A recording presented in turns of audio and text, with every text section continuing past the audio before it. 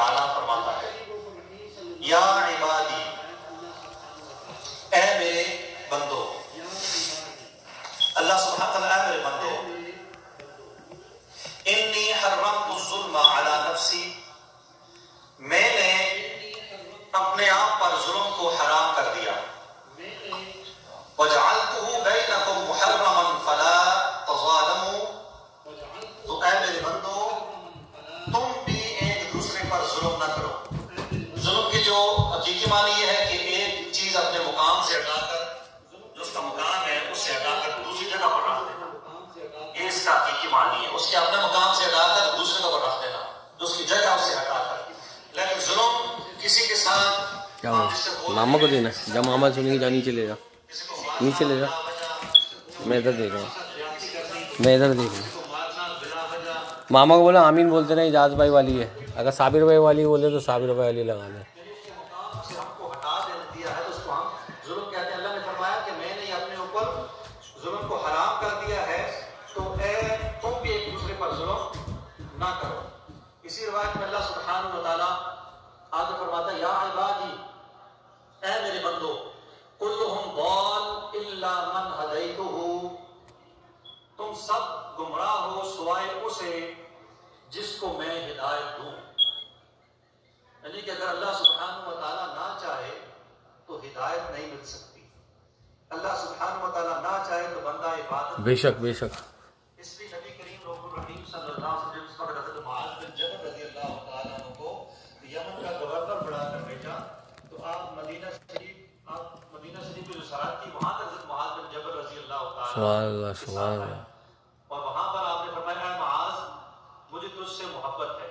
حضرت معاذ بن جبل کو رسول اللہ صلی اللہ علیہ وسلم میں تجھ سے محبت کرتا ہوں، اور پھر فرمایا کہ یہ کلمات ہیں، کبھی بھی نماز کے بعد ان کلمات کو پڑھنا نہ چھوڑنا، اس دعا کو، اللہم اعنی علی ذکرک و شکرک و حسن عبادتک۔ یعنی تو ابھی ہم لوگ جا رہے ہیں ان کی طرف، صابر بھائی کی طرف، ان کے صحابی حضرت ابو ذر رضی اللہ تعالیٰ۔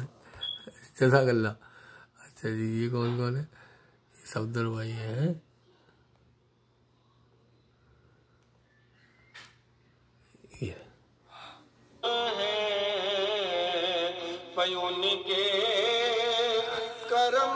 صابر بھائی، اجاز بھائی کو دیکھو کتنے لوگ دیکھ رہے ہیں ماشاء اللہ۔ فرما ہماری زندگیوں میں یا اللہ قرآن نصیب فرما دے پروردگار، یا اللہ درود پاک کی برکتیں نصیب فرما، یا اللہ مشکلوں کو پریشانیوں کو حل فرما، یا اللہ رزق میں، علم میں، عمل میں، عمر میں برکت عطا فرما، یا اللہ کرم فرما، یا ارحم الراحمین رحم فرما۔ کہتے رہتے ہیں بندے تیرے دعا کے واسطے کر دے پوری آرزو ہر بے کسو مجبور کی، وہ خاتمہ ایمان پہ مدینے کی گلی میں مدفن میرا محبوب کے قدموں میں بنا دے۔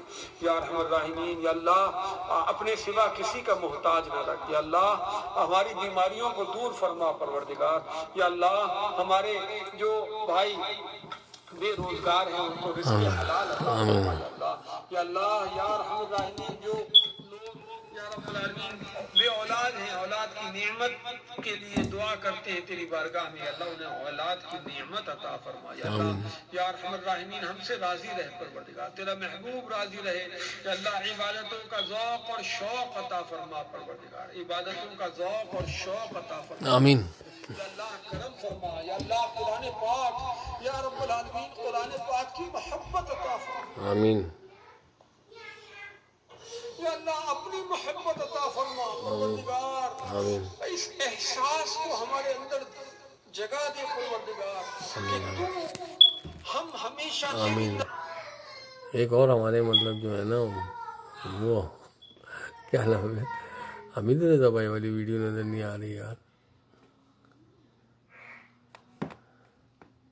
یار یہ پیج بھی کہاں جانا ہے؟ صلی اللہ علیہ صلی اللہ تعالیٰ علیہ وسلم۔